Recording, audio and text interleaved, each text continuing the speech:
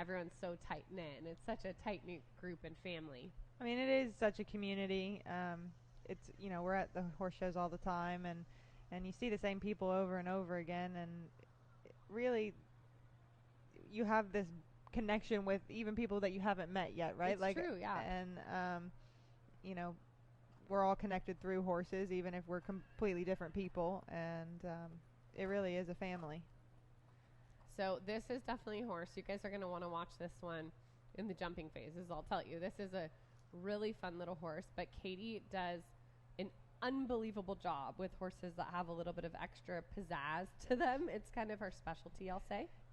And this one definitely no exception. Is this a thoroughbred? It is, in fact, a thoroughbred. She loves a good thoroughbred. This one has a lot of movement. Katie's not a very big rider. I mean, she's not a very big person. No. And so they kind of are perfectly paired. Again, another combination that you'd say really go really well together. And I think the horse, you know, knock on wood, don't want to jinx her, seems pretty settled in it. I know earlier she was toying with the idea of just skipping the warm-up because when she kind of moves along in her warm-up, the mare can get a little more excitable as she goes. But seeming quite workmanlike here. She's doing a good job, and the horse seems to enjoy her forward riding, you know, like she's really attacking the movements, attacking the tests, and the horse seems to sort of be settling from that instead of just her trying to keep her slow and then building up tension there.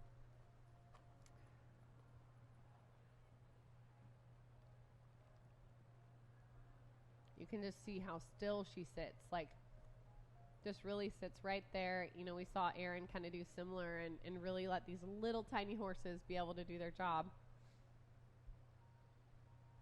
And as we said, you know, these horses all have very different personalities. I'm sure you can talk about yours in the barn. And this one actually went to get Katie to start our commentary this morning. And I'd never really gotten to see this horse on the ground. I have to say, it's so fierce and fiery as a competitor, but it was probably like the sweetest little horse I'd ever seen. It just let me kind of hold its head and like hug it. And I was like, oh, this is so sweet. I could just sit here and cuddle you all day. Aww.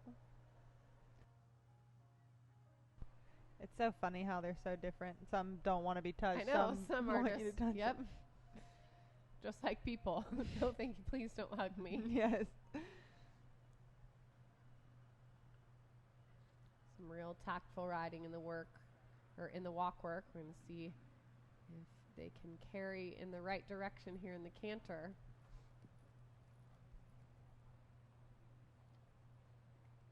She's definitely making the most out of this test. You know, she's not leaving anything behind. I think too, as a rider, that's a learned art form, right? And being able to also ride each movement and not want to kind of get ahead of yourself a bit. Definitely. I mean, I think multitasking is pretty hard. I don't really know if it's actually a thing. So being able to ride and remember your test, it is really hard.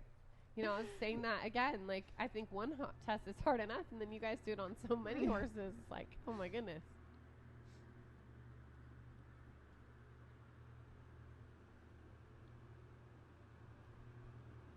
It's funny too, but sometimes horses like this, they like a bit more work to do. So the canter work in a test like this might suit a horse like this, because sometimes you have horses that at the lower levels, there's just not much going on, and they're like, well, this is a little boring. I'm going to add some excitement. Yeah. Nobody just wants to watch just a 20 no, meter exactly. circle.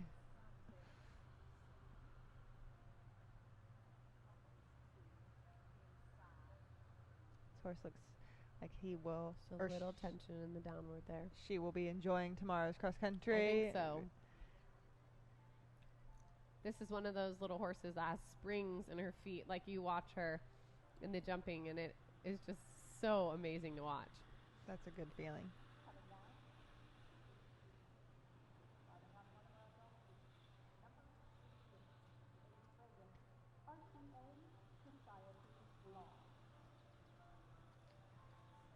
Almost through. Just one more downward transition to trot, and then the turn onto the center line.